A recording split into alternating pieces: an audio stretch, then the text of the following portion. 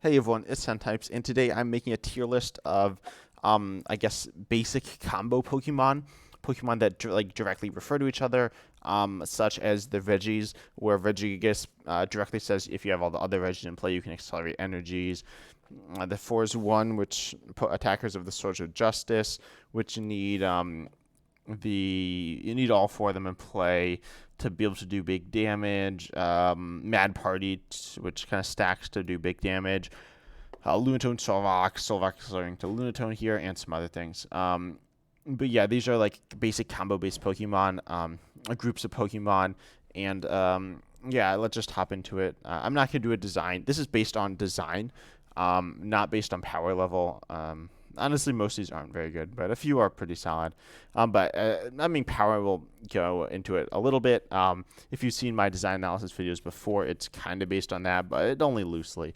Um, so Regigigas here, I'm going to put in B tier. It accelerates energy to your other Regis, but you need them all in play. It is the uniting factor, but it is very strict. You need to have essentially a full bench, unless you have some way of expanding it. So that's a bit boring.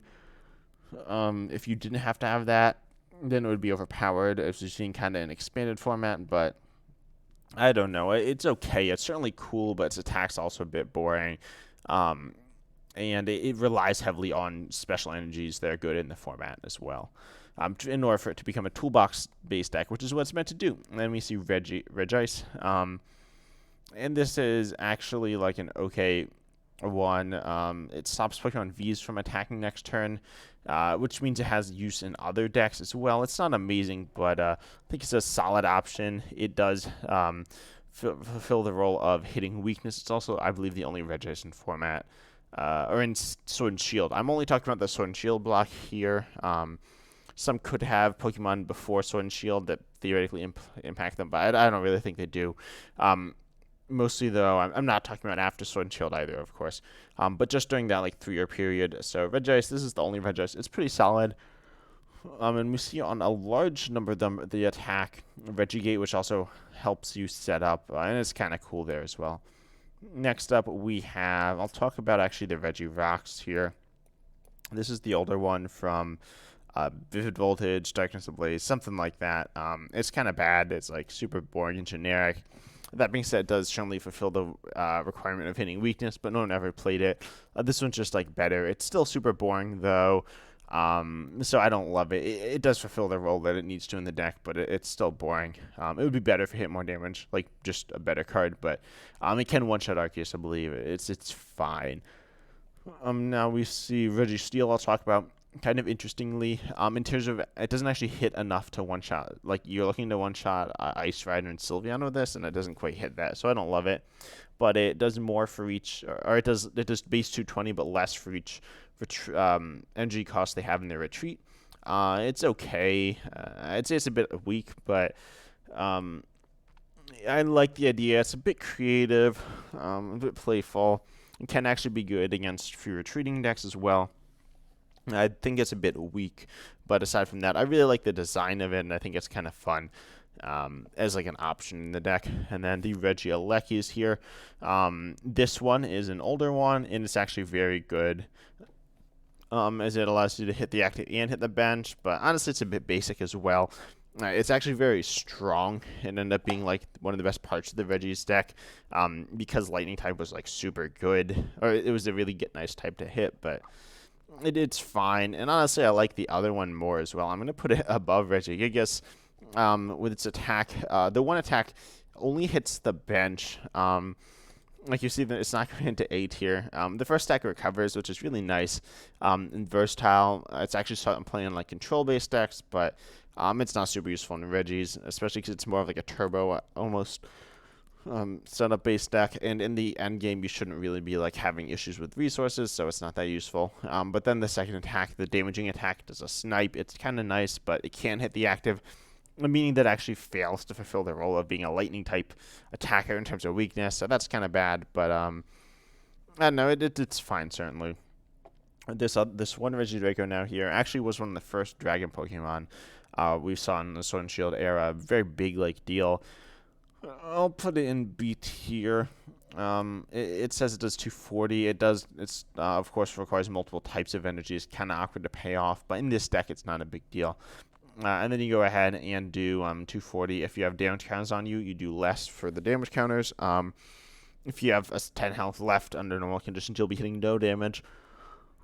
So you can actually invalidate this attacker by just putting lots of damage on it. Of course, you don't get a KO, but I kind of like that aspect of it. It hits very hard, so if you're looking for a generic heavy hitter, it fulfills that. I think it's a cool card, but it's, again, nothing super creative. This other one, it also provides a draw engine. Its attack's usable. I'll put it actually right below Regigigas. It's one of the defining Pokemon in the deck because it's the only draw engine, but yeah. Next, moving on to the Swords of Justice. First of all, we got Keldeo. There's actually another Keldeo, but we'll get to another version. But Keldeo and Virizion is the main attackers. Virizion is like a cheap attacker, and Keldeo is a bigger attacker. I don't even remember how much damage they do, but it doesn't matter too much. Virizion's like okay to poke with. Keldeo's like okay for like bigger damage. They're bad. Like at the end of the day, the Pokemon are just all kind of bad. Which is a bit unfortunate, but they're still like it's a cool idea. I like it. The other ones, none of the other Pokemon have Swords of Justice. Their 4 is 1 attack, or interact with the Swords of Justice in any other way. But I think it's fine. I don't know why Virizion specifically.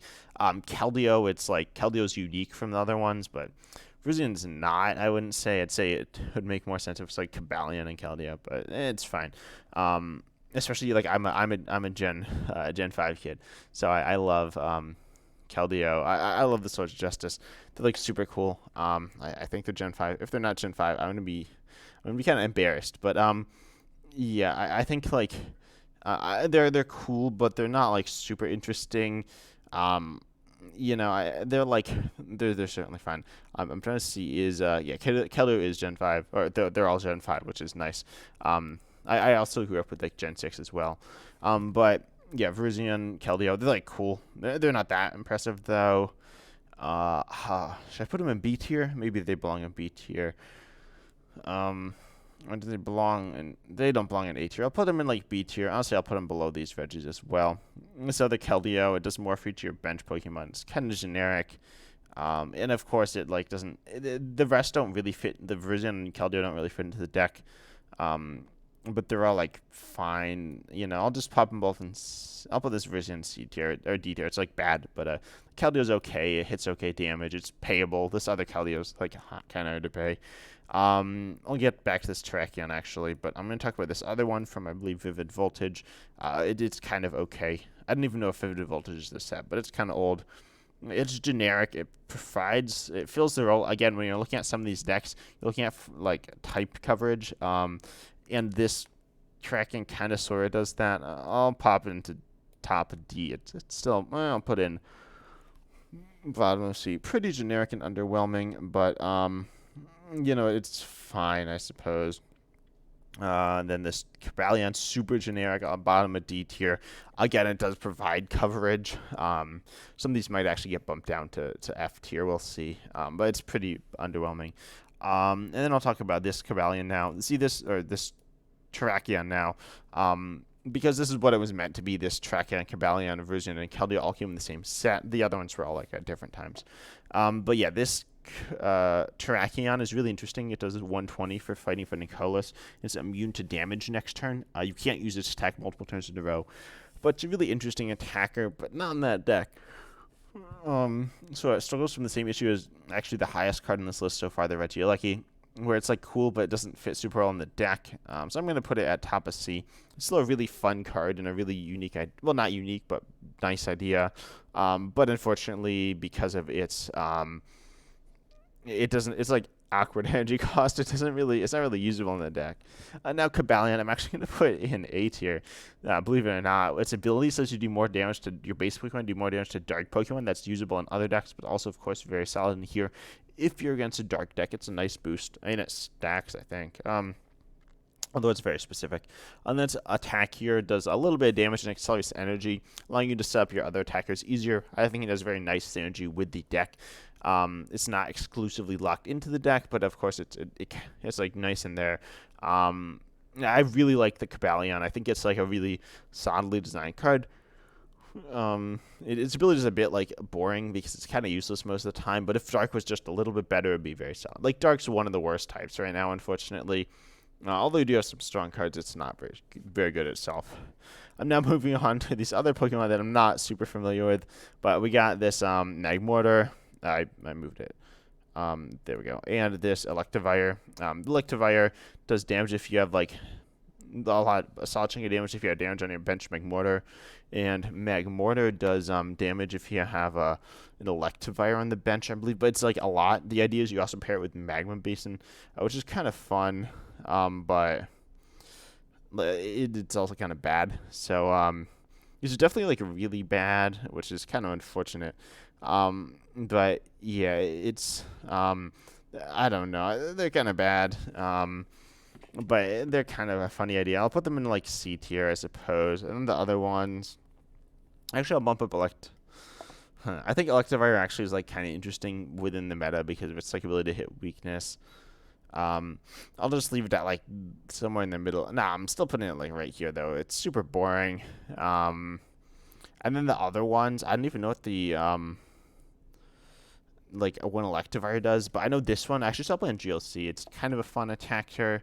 Again, it's like kind of bad, but I'll put in. It doesn't work with like the package though, and I'm rating these as like a design package, and it doesn't work there at all. So I'll leave it there. And then this other Electivire is like again like not interesting. I'll actually put an F, and the Magmortar is actually kind of cool as well. But when I say kind of cool, I mean it's gonna sneak into the bottom of D tier. It's still not that cool. These are definitely some of the most. No, I'm gonna put these down. They're the most like I think they're by far the most boring combo on this list, and some of these are very boring. But now the cast forms. I think I know all the other Pokemon here at least. Actually, I'm looking at the Let's Roll Out ones, and they get kind of funky. But anyway, so we got cast forms, and if you have 8 stadiums or more on the discard pile, you can attack for free with them. And the idea is that you do that. They're very awkward. They're kind of bad, but cast form, like I was talking, Sunny, like the fire cast form does the most. Then there's this water one, this snowy form or something, that also hits a solid chunk. There's another water one and a colorless one. So obviously these like are essentially useless for like a type coverage, which is underwhelming, unfortunately. The fire cast form's pretty alright. I'll put it in. Is A tier too high? I'll put it in B tier. I'll put honestly in top of B tier. I really like the cast form deck. The water one certainly is fine as well. But I don't like the fact that it's directly outclassed, so I'll drop it down a few places. But it's still pretty cool. Does its job. They all have free retreat as well. This one here as a spread attack, I really like that. I think it's kind of fun. It doesn't actually doesn't have great synergy with other stuff, but it adds some interesting choices. And this cast form, again, no like type coverage, which I really don't like. So I'm gonna have to bump it down to C tier for that because. Yeah, it's no, I'll put it in bottom of B, but no type coverage on one of these like toolbox based Pokemon almost is like really bad. But it does allow you to draw. Actually, no, I'm gonna put it actually up to all the way at the top of B, because of the fact that you get to draw cards with it. I think that's some interesting utility. Usually by that point in the game, you don't really need to draw cards, but it's a cool idea, and it's also payable with like energy as well. More so compared to the other ones. Now we have the birds, the ones that all attack for food. Birdkeeper, Rowlet, Starly, and Swanna. Swanna is like a pretty mediocre to good attacker. Starly's a setup-based attacker, and Rowlet's a nice snipe attacker. Honestly, these are like super good. I'm gonna drop these down. They're not like that good. I'm gonna drop a lot of these down. That one too. Yeah, these are like super good. The Rowlet is a nice snipe attacker. Swan is a very usable stage 1. And Starly is a great setup Pokemon. I'm gonna move Starly above Swanna. This Rowlet actually saw like serious competitive play. Admittedly, they don't exactly fall into the same like category as some of the other ones. When you compare it to cast form, they're way easier to power up. You just need to play a good supporter on your turn. Versus like cast form, you need to like dedicate your whole deck to it. But they're still really cool. Also, I'm not talking about stuff like Lost Zone or like Fusion Strike. That's not like a small enough thing to talk about here. Because they have so many cards. But I'll be covering them at some point, but not now. Uh, okay, next we have Mad Party, though, the one we've all been waiting for with, these are in the opposite order. I want to talk about them. Bunnelby, they do more damage for each Pokemon with the Mad Party attack in your discard. They all have the Mad Party attack. Bunnelby is, like, solid. I get no type coverage, but, part of that's, I think, intentional. And then, Dedenne does have, like, the same type as Poltergeist. I don't love that. Poltergeist is a stage 1 you can attack with and has a usable ability to draw. Honestly, I'm going to put this in A tier. I'm going to put Rowlet in S tier. No, Rowlet doesn't quite embody the spirit of it.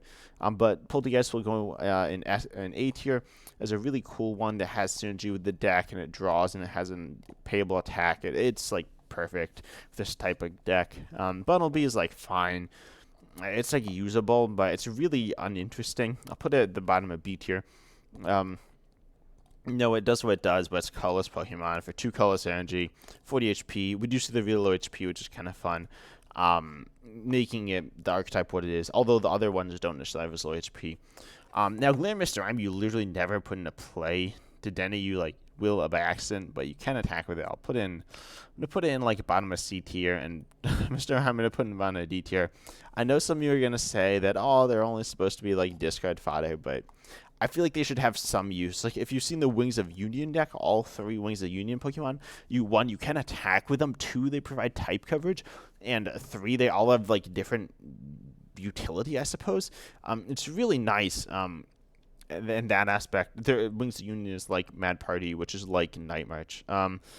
And so, yeah, I really like those. I feel like Glaring Mr. Rime, you literally like never touch. It's always literally like it's never in play. It's super boring, and it literally adds nothing to the deck other than damage. So it's, I don't know. I wish the card wasn't completely dead. Its ability is not like the worst thing in the world, but you'll never use it because you just won't. Moving on to the Let's All Roll Out. So these ones are really bad. Mad Party was like good. Let's All Roll Out's really bad. It does more damage for each Let's All Roll Out Pokemon you have in play. They can be the same one. I'll start with the obvious one. Willow's like really bad. Its attack derail is like somewhat usable, but it's not great. In fact, Togedemaru, they all have other attacks, but they're all kind of like generic. Willow, I guess its attack is better than Electivire's. It does discard. I'll save it out of F. I'll put in D. I think it has some usability, but it's still pretty underwhelming. As it provides no type coverage in a type coverage based deck.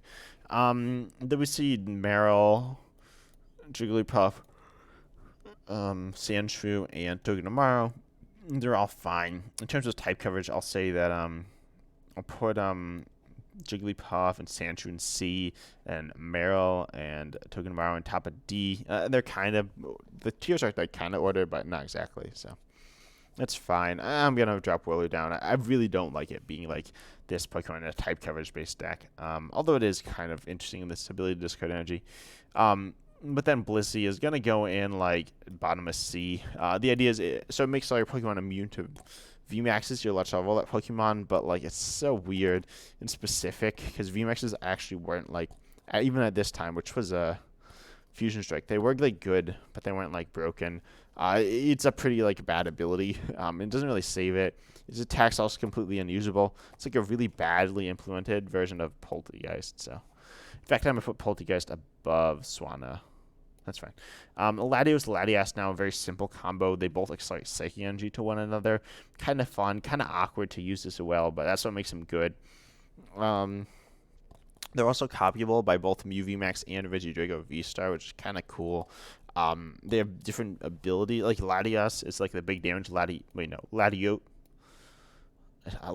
is big damage and Latias is Walling, I think. I don't know which one, if I got them right. But yeah, Latios and Latias, they're like fine. They're kind of fun. I'll honestly put them in B tier. They're bad, but they're cool. I really like the design ideas of it. Very simple, very basic, but I think it works pretty well. Now, Swim Freely, a kind of cool package where you accelerate energy. As much water energy as you want to your Swim Freely Pokemon. I think I have them all, but I'm nervous I'm missing some. But you have Dugong, which is like a just generic solid attacker that just hits damage. It's like good, I guess, but it's kind of boring. I wish Dugong was a bit more interesting. I think it like returns the energy or something. But it's like it's not exciting. I'll put the accelerator. Like the idea is kind of fun. It's very like simple, but it's cool. I'll honestly put it in like I'm gonna put it in the top of B tier. I like it. But Dugong's super boring. Also, some freely attacks like you're immune on like a coin flip. It's kind of silly. Um, yeah, I'm gonna put the Dugong in like bottom of C. I'll put it actually in like middle of C. Pretty generic though. Then we also see that the Luminion's like really bad because it evolves from your like energy accelerator and its attacks like useless. I really hate this one. I don't think it has any reason to like exist at all. I'm gonna put it in F tier. It's so silly. Because you need a separate Luminion in addition to separate Finneon in addition to Luminion. It's like so not good. Also, did I say Finneon or did I say Luminion? I don't know. The one that accelerates is the basic Finneon. And then Seadra, which evolves into some cool Kingdras. I actually really like this one as well. I'm gonna put this in A tier. It's snipe based, which is nice. It's like the only other obvious way to go with the deck, and it works really well. And then, as I said, it has the two Kingdras it evolves into, which are both very solid and very cool, and like make the deck what it is, in my opinion. I didn't include them on this list because they're not the Swim Freely package, but they kind of are important part of the deck, and they're held up by the Seadra. Next, we have Lunatone Solrock. First of all, this Solrock accelerates energy, which is really nice. Each Solrock accelerates energy to the Lunatone. The idea is you do this Solrock to this Lunatone, which does more damage for each energy attached to it. They're fine. I'll put them in B tier together. There's actually another Lunatone you can use. It's not really intended to be used with it though. I'll put it in the bottom, I'll put it in like top of D tier. It's kind of bad. It does more damage for each energy attached to the defending Pokemon, which is okay, but it's also cheaper to use. This Lunatone's pretty expensive. It's 3 energy, and well, of course, you want to be throwing tons of energy on. You can't do less than 3 energy, so that's obviously a downside. But then the other one's only 2 energy, so you can use that at certain times. It doesn't really see any play though. And this other Solrock is whatever. I'll put it in bottom of C tier where it turns off resistance. If you have Lunatone in play, it doesn't really synergize on your opponent. It doesn't really synergize with the deck at all, but I don't know. The idea is like kind of funny. I don't think anyone's ever played it, but it is what it is. Next up, we only have a few left here. Also, if there are any ones like that you think I missed, comment that down below. Sorry, I'm a bit tired when I'm making and recording this, but I like to include everything I can. But now these are the no supporter ones in standard. So if you don't have any supporter cards in your discard pile, you can use them. Stonjourner does big damage. That's perfectly fine. Nothing crazy, but it like defines it. And then Stunfisk is a snipe-based Pokemon. Claydol accelerates fighting energy. It's super good, and that's how you power up the Stonjourner. Honestly, I really like this one. Like they're bad, but I'll tell you they're bad. And fundamentally, you could argue they're flawed because no supporters makes it that kind of bad. I don't know, but Stonjourner now is like fine as well. I'll put it somewhere in like A tier, and then or B tier, sorry. And then the Stunfisk is really bad actually. Like it doesn't synergize with the thing because it adds Clunk because it's a different energy typing. So of course the deck will be inconsistent, but you're never gonna play Stunfisk in the Claydol deck. So Stunfisk is just like a useless Pokemon because you can't play it in the same deck because you don't have the lightning energies, and if you stick in lightning energy, your deck's gonna work even worse. So it's really bad. Now we got the Pikachu clones, which are kind of interesting. Also, they're not all included. Like half of them aren't, which is kind of weird. I don't remember which the Gen 8 one was, but none of them, like a lot of them aren't included. Oh no, it was. No, since it was Togedemaru, it wasn't Togedemaru. Oh, so it's more Pico. Yeah. So they have some of them, though. Pikachu, I guess I'll explain it to you first. So you start off with Togedemaru, which has like a disruption-based attack. And then after that, you can use Dedenne. The next turn, you can use Dedenne with another disruption-based attack. And then you can either finish with Pikachu, a big damage attack, or Morpeko, a spread-based attack. And Pikachu and Morpeko's attacks are like fine. I guess they're good, but they're not like worth 3 turns to set up. So it's not great, but I don't know. The idea is kind of fun. Honestly, these are like kind of cool. I'll put them in like B tier. I think they're creative. I'm gonna put them on top of B tier just altogether. I think the idea is like creative and clever. It's kind of bad, but they're funny. They're definitely a deck that like is worth playing if you want to make like a silly video or you want to have just a silly time. They're bad, as I said, but I don't know. I think the idea is clever a little bit. Now Cramorant, which just discards Arrokuda from your bench to do more damage. It's fine. It's pretty generic, though. I'll put it top of C. This one Arrokuda puts more Arrokudas into play C. And then we got these other, like, I think I included the same Arrokuda twice. No, I didn't. I don't know. There's a bunch of random other Arrokudas that you can discard, but they're not really meant to be with it. I just include them because they are part of it, I suppose. But they're bad. So yeah, this is this is the tier list. I need something in S tier. I'm gonna actually pop this in S tier.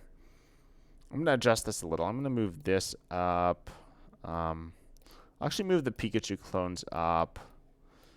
The Regis are like cool, but I don't know. I'm still not a huge fan of them.